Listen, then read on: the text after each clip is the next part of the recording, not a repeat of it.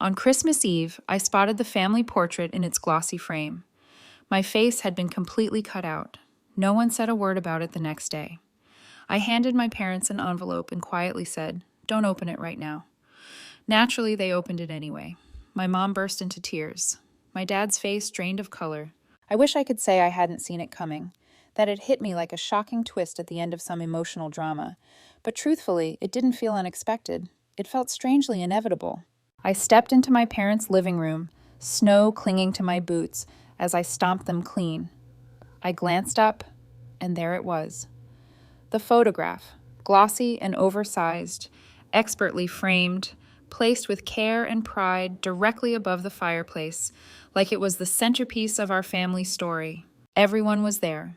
My mom in her signature red blazer, grinning like she hadn't spent years sighing at anything that didn't involve my sister. My dad, frozen in that stiff smile.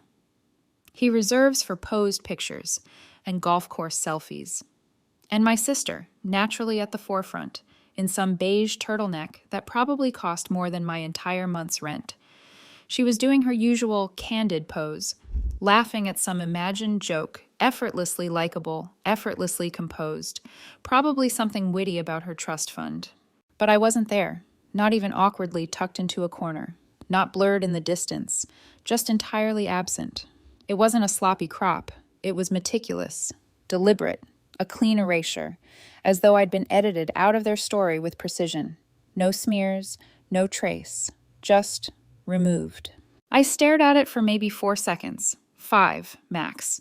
Just enough time for my stomach to twist itself up, not enough for anyone to catch on, or maybe they did notice and chose not to care. "Dinner's almost ready," Mom called out from the kitchen, her voice light, casual, like nothing was wrong, like we were a picture-perfect family. I could smell the rosemary and lemon from whatever dish she was roasting. Holiday scents, comforting, nostalgic. Ones I used to love back when they still meant something warm. I hung my coat by the door, muttered a quick hello, and stepped into the kitchen. My sister, of course, was already there, swirling wine in her glass, like she was filming a holiday special on wine pairings.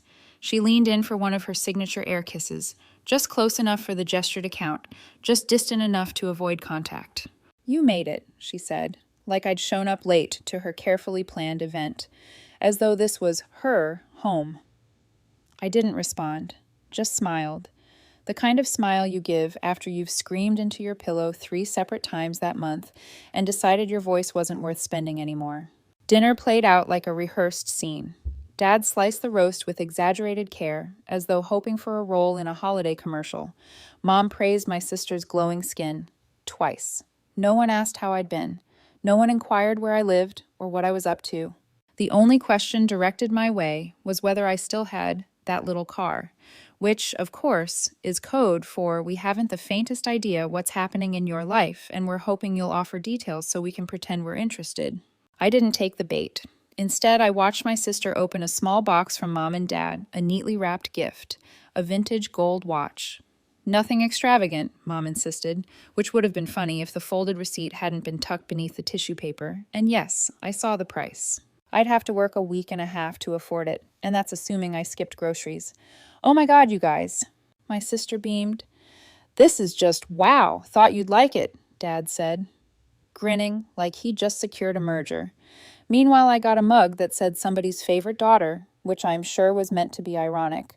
Or was it hard to say? I excused myself after dessert, said I was tired. Mom offered me the guest room, not my room, not your old room, just the guest room. Base sheets, dusty bookshelf, one lamp that flickered. If you breathed too close to it, I shut the door behind me, turned on the lamp, which flickered on cue, and sat on the edge of the bed. That's when I pulled out the envelope. It had been sitting in my bag the whole time. Thick ivory paper, embossed seal. I thought about giving it to them in the morning after the stockings, after the cinnamon rolls, after the performance. But standing in that living room, looking at that photo, seeing my entire existence airbrushed out like a glitch in the family algorithm. Yeah, I changed my mind. They didn't just forget me, they erased me. Carefully, strategically, like I'd been a bad brand. Partnership. I turned the envelope over in my hands. It felt heavy that night. I lay in bed and let the house settle around me.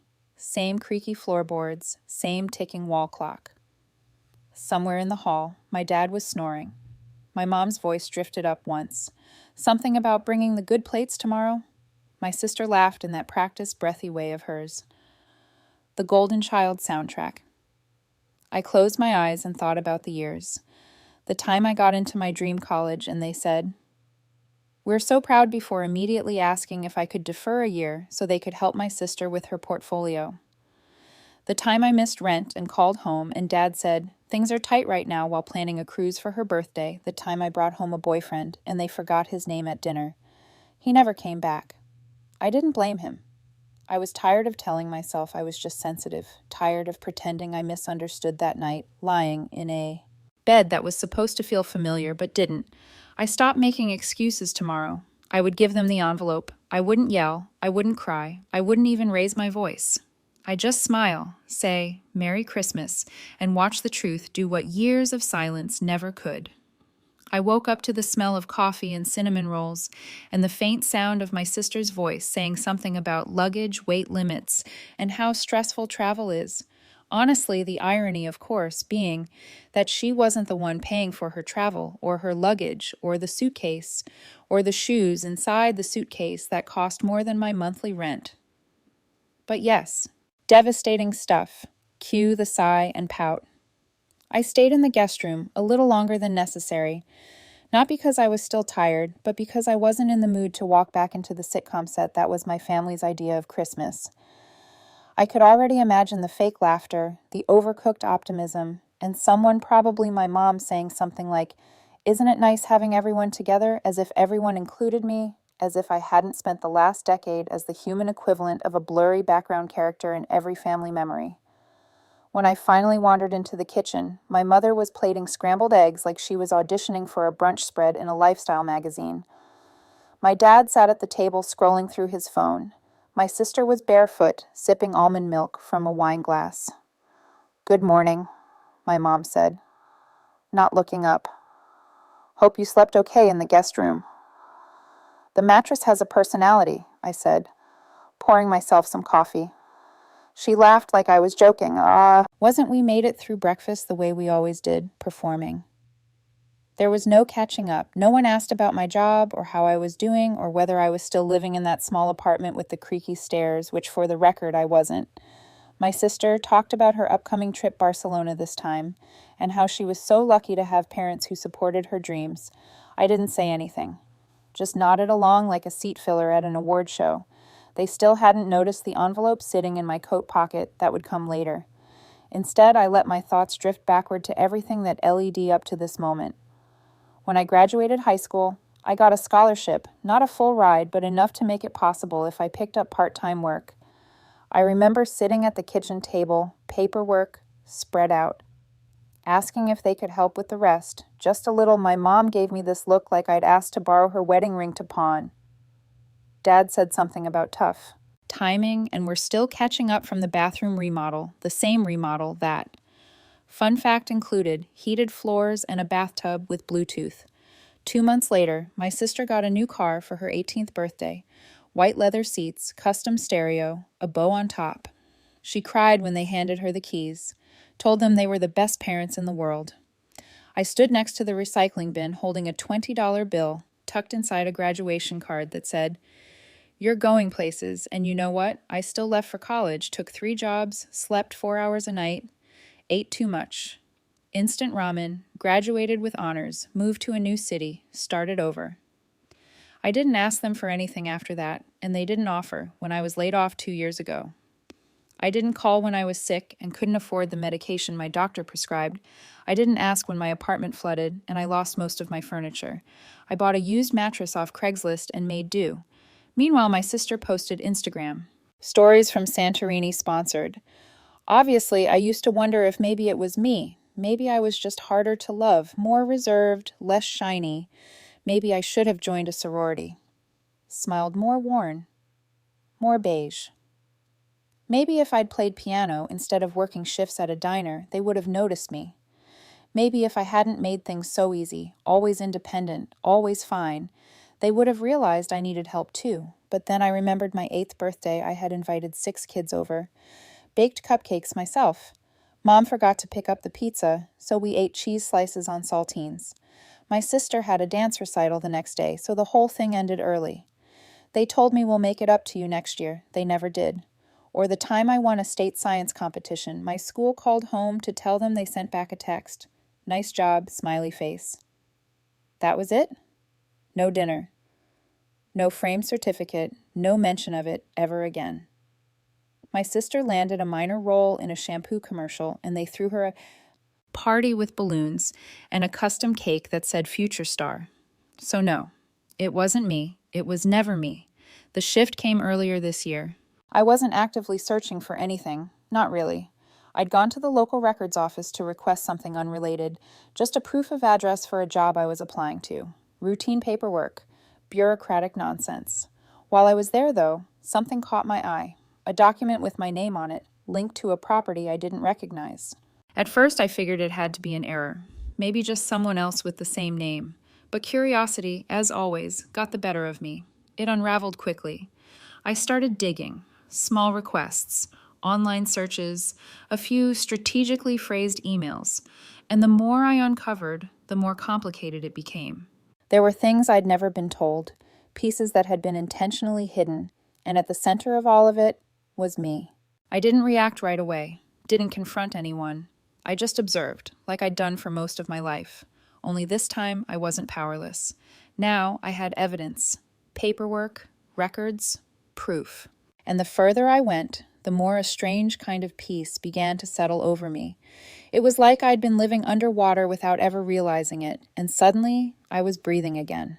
They hadn't just forgotten me. They'd used me, used my name, my legal rights, and most of all, my silence.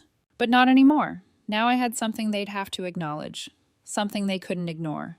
That morning, after breakfast, I went upstairs to get dressed, took my time, let them go through their usual motions, gather around the tree, exchange presents, immerse themselves in their polished holiday facade.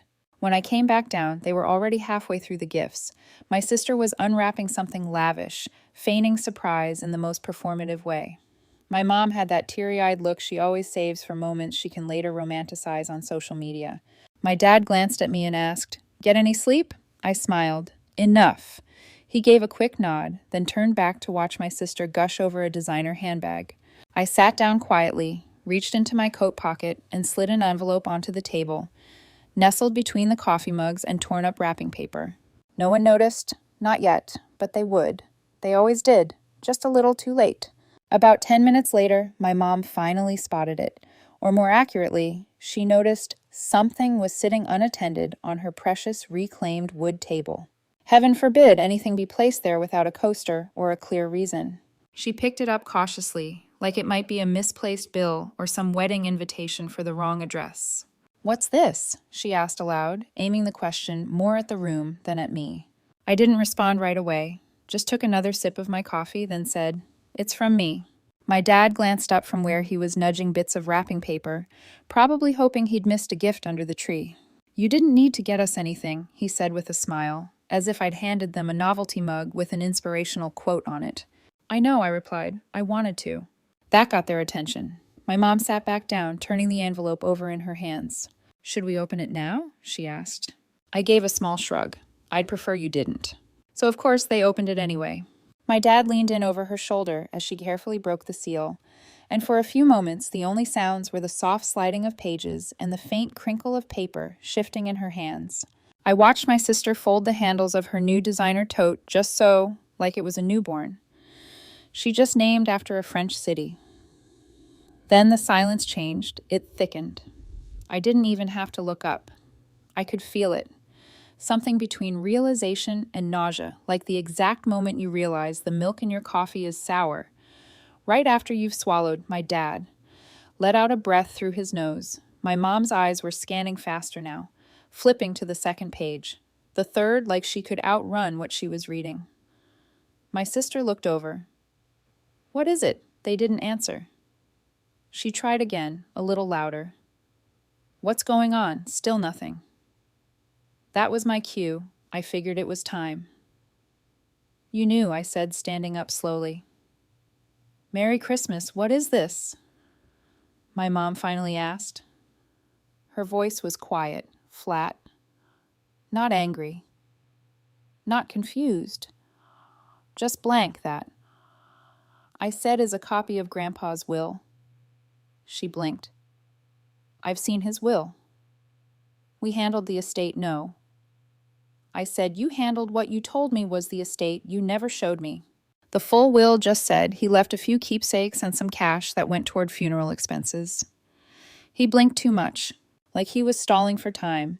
That version didn't mention the rental property in Old Briar, I continued, probably because you were already collecting rent from it by then. My dad dropped the papers on the table like they'd burned him. Where did you get this? Oh, you know. I said public records, title searches, tax filings, archived, emails, a couple phone calls, a very patient lawyer. My sister finally stood up. Wait, what rental property? The one by the park? I turned to her. The one you used for that photo shoot last year? Yeah, that one. Her mouth opened, but nothing came out. My mom finally found her voice again. Sweetheart, this isn't what it looks like, I smiled.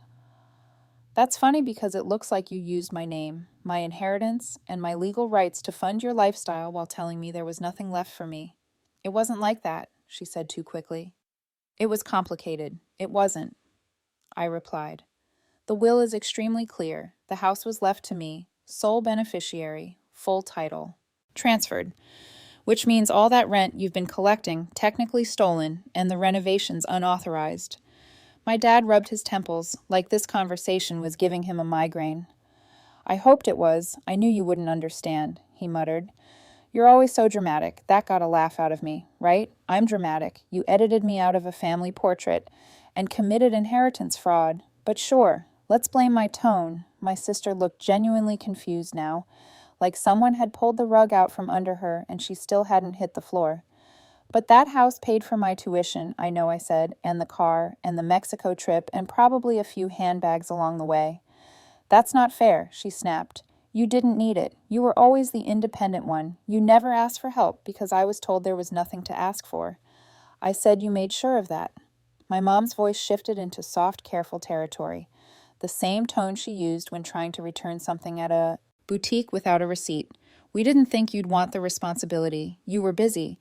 You were always so far away. I was far away, I said, because you made it very clear I wasn't welcome here. Dad pushed back his chair. You need to calm down, and you, I said, turning to him. Need a lawyer? He froze.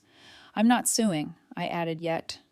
But I've officially reclaimed ownership of the property. The tenants have been notified.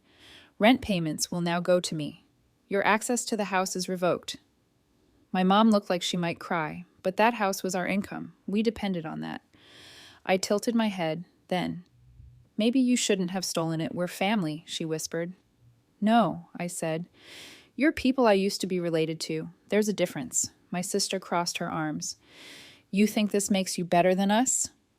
No, I said, just not beneath you anymore. The silence that followed wasn't peaceful. It was loaded. The kind of silence that makes your ears ring a little. No one moved. No one breathed. My dad stared at the envelope like it might explode. My mom's face had gone slack. My sister looked like she couldn't process that the spotlight wasn't on her. Awake. I picked up my coat. Wait, my mom said, standing. Can't we at least talk about this? You just did, I said for years. Every time you made a decision without me, every time you left me out, every time you told me I'd understand. Someday Dad's jaw was tight. If you leave now, don't bother coming back. I paused at the door, turned to look at them, one last time. I think that's the first thing we've agreed on, and then I left. The air outside was sharp, cold, but clean. It hit my lungs like a reminder that I was still here, still standing, still real. I slid behind the wheel of my car, let the engine hum to life, and drove. I didn't cry. I didn't smile. I just breathed. Because sometimes the most powerful thing you can say is nothing at all, and sometimes the loudest scream is walking away. 3 weeks passed before the first message came through. It was from my mom. Short, polite, polished like she'd rewritten it 5 times and still wasn't sure it would land.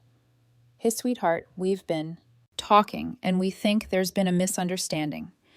Can we chat sometime this week? Hope you're well. Love you." No punctuation at the end, just love you hanging there awkwardly like a coat on the wrong hook. I didn't respond 2 days later. Another one. "Please don't let this one thing ruin everything. Your sister is very upset. Dad's trying to stay calm, but you know how he gets when he feels blindsided. Oh yes, when he feels blindsided. Not when he commits fraud, not when he lies to his daughter for years. No, feels blindsided. Poor guy." So I said nothing. Then came a voicemail from my dad. I didn't listen to it. I just stared at the notification and deleted it. The last time he called me kiddo, it was when I offered to help him set up his retirement account, and he said, "Let's leave the money stuff to people who understand it, right?" Like him, then came the email from my sister. "You really think this makes you the winner? Fine, take the house, but don't come crying back when you realize money doesn't buy family." Followed by another message. A day later, Mom and Dad are really stressed. They're talking about selling the condo. "That's what you wanted. Congrats, that one." I read twice, not because I felt bad, but because I wanted to make sure I understood just how much the loss of my property was unraveling. The family finances, turns out the house had been the backbone of everything. Rent from 3 units covered their mortgage, their vacations, a chunk of my sister's education, and apparently even some cosmetic work. My mom swore it was just really good skincare when I took it back. The whole machine sputtered, and I hadn't even started asking for back rent. Not yet by spring. I started hearing whispers through mutual acquaintances a neighbor mentioned. My parents were trying to refinance their condo. Another said my dad had taken up consulting, which I knew meant cold calling. Old clients, and hoping one of them still owed him a favor. My mom picked up weekend shifts at a boutique downtown, the kind of place where she used to shop. Now she rang up yoga pants for influencers and probably told herself it was temporary. My sister back living at home, the apartment in the city was too expensive, the clients dried up. Her art collective had disbanded or imploded. It was hard to tell which, and frankly, I didn't care. The GoFundMe she launched for a new creative chapter raised a grand total of $83. 2 of those dollars were from my ex-boyfriend. I don't know why that detail made me laugh, but it did. Meanwhile, I fixed up the house, my house. It was dusty at first, a little unloved, but solid. I hired a contractor to touch up the paint, replace the old windows. I cleared out the furniture my parents had stored there and donated most of it, kept one chair, a navy blue armchair that I vaguely remembered from my childhood. The only piece that didn't feel like it came with strings attached. The tenants were kind, one of them, left me a thank you. Note: after I lowered their rent by $50, said I was the first landlord who treated them like a human being. That meant more to me than any of my parents' recycled apologies ever could. It's funny. The things you start to notice when the noise dies down, the silence once heavy and personal, becomes peaceful like space you finally get to stretch into. I stopped checking my phone every hour, stopped waiting for the next guilt-laced message. I began sleeping through the night. Then, one afternoon, I discovered a letter in my mailbox. Not a text, not an email, a real letter, addressed in my mom's handwriting. I held it in my hands for a while before opening it, not because I thought it might hold anything genuine, but because I wanted to mark the moment. The envelope carried the scent of her perfume. Inside were 2 neatly written pages filled with lines like, "We didn't know. It wasn't on purpose. We just wanted what was best for everyone." My favorite line read, "You've always been so strong. We didn't realize you ever needed us." That's what people say when your silence has benefited them and they're searching for a reason they never bothered to ask why you pulled away. She ended with, "We hope one day you'll come home. Maybe we can start again. Maybe we can be a family." No mention of paying anything back. No acknowledgement of the stolen money, the deceit, or the fact that I'd literally been cut out of the family portrait, like an ex no one wants to talk about. I slid the letter into a drawer, didn't respond, didn't toss it out either. That was the last time she reached out to me directly. 3 years later, I ran into my former neighbor at a bookstore. She asked if I was still managing the property. I smiled. Still am. She paused briefly, then said, "I heard your parents went through a tough time." I didn't say anything. She gave a small nod. Well, you look happy. That's good. And I am. I still live in the house, not out of necessity, not to prove anything, but because it brings me peace. It's mine. I wake to birdsong and soft sunlight instead of creaky footsteps in the hallway and snide comments about how I never call. I rebuilt the garden out back, repainted the front steps.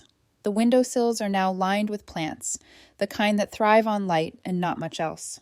There's a photo on my mantel now, me, standing in front of the house, holding the keys. No one else in the frame, just me. It's my favorite picture, because no one had to be cut out of it. I still hear from them once in a while. A forwarded message, a note through a cousin, a Christmas card that simply said, "Thinking of you. Hope you're doing well." No return address. I never wrote back. And the strange thing is, I'm not angry anymore. I'm not waiting for justice or closure or even an apology. Because I already have what they never managed to give me. My name, printed on something permanent. A place to belong. A life that's mine. There was a time I believed that if I just worked hard enough, just earned it, maybe they'd love me like they loved her. But real love, the kind that counts, isn't something you have to earn. It's given freely. What they offered was conditional. What I gave myself was everything they didn't. So no, I don't miss them. I don't rehearse old conversations. I don't fantasize about emotional reunions or flawless apologies that rewrite the past. Because I already rewrote it.